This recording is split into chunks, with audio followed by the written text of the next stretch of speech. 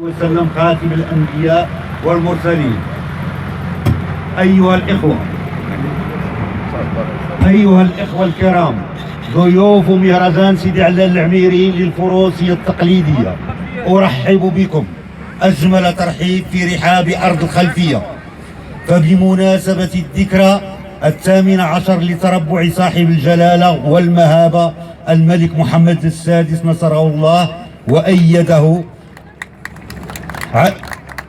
على عرش أسلافه المنعمين، أحييكم بتحية الإسلام، والسلام عليكم ورحمة الله تعالى وبركاته. إنه من دواعي السرور الكبير أن يتشرف مدير المهرجان في دورته الثانية باستضافة فعاليات مهرجان الفروسية من فروق الخيالة والعلامة تحت شعار الثقافة المحلية من أجل التنمية القروية. قال عز من قائل: وتعاونوا على البر والتقوى ولا تعاونوا على الإثم والعدوان. وقال صلى الله عليه وسلم: مثل المؤمنين في توادهم وتراحمهم وتعاطفهم مثل الجسد إذا اشتكى منه عضو تداعى له سائر الجسد بالسهر والحمى.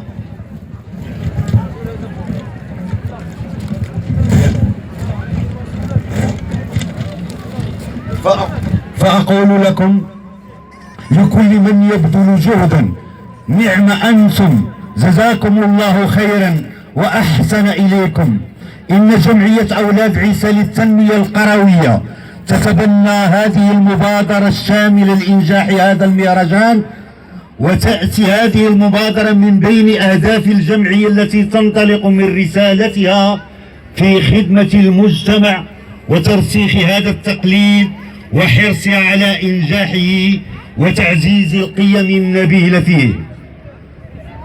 أبارك لكم هذا المهرجان وأشكر جهودكم جميعا في إنجاحه، وأخص بالذكر جمعية الفرس وفرس، عمالة إقليم الفقيه بن صالح، جماعة الخلفية، ثم بني عمير الشرقيين، وبجهودهم الجبارة في التنسيق لاستضافة هذه الأيام فعالية المهرجان. وأعود بكم بالذكر فإن بمناسبة عيد العرش المجيد تنظم جمعية أولاد عيسى في منطقة الخلفية، ويحتضن من خلال الفترة الممتدة من 3 إلى 6 غشت مهرجان الفروسية التقليدية في دورته الثانية تحت شعار الثقافة في خدمة التنمية. ويشكل هذا المهرجان الذي دأب سكان قبيلة الخلفية ولاد حسون على تنظيمه سنويا موازاة مع إحياء موسم سيدي علال العميري دفين منطقة ولاد حسون، فرصة مواتية لإبراز مدى تعلق السكان بالفرس وحبهم لتربيته وحفاظهم على الخيول العربية والأمازيغية، وإتقانهم وشغفهم بفنون الفروسية التقليدية.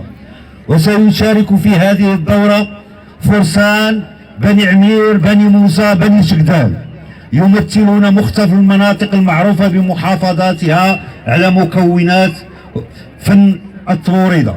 ويشكل مهرجان الفروسية الذي ينظم بشراكة مع 1000 فرس وفرس وبتنسيق مع عملة الفقيه بن صالح وقيادة بني عمير، كما يشكل المهرجان مناسبة للتعريف المؤهلات الفلاحية التي يسخر بها الإقليم بشكل عام ومنطقة الخلفية بشكل خاص.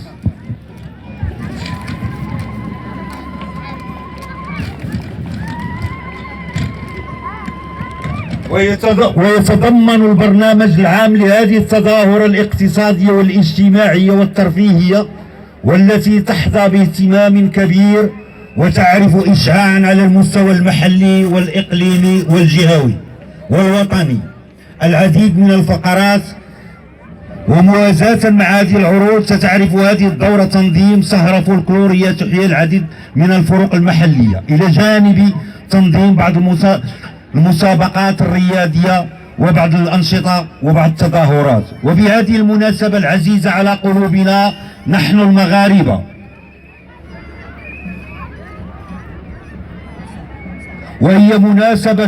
وهي مناسبة عيد العرش المجيد، يتشرف مدير المهرجان السيد جمال نذير أصالة عن نفسي ونيابة عن أعضاء الجمعية وساكنة الخلفية ولاد حسون بأن تتقدم إلى صاحب الجلالة والمهابة الملك محمد السادس نصره الله وأيده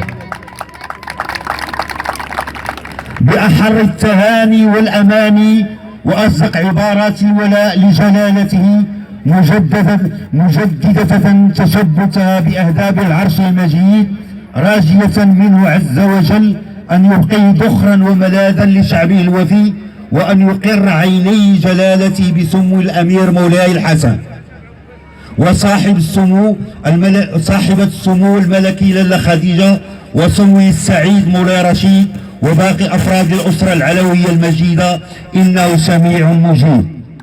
بارك الله فيكم جميعا ونفع بكم وشدد قوطاكم، ومرحبا بكم كلكم، والسلام عليكم ورحمة الله تعالى وبركاته.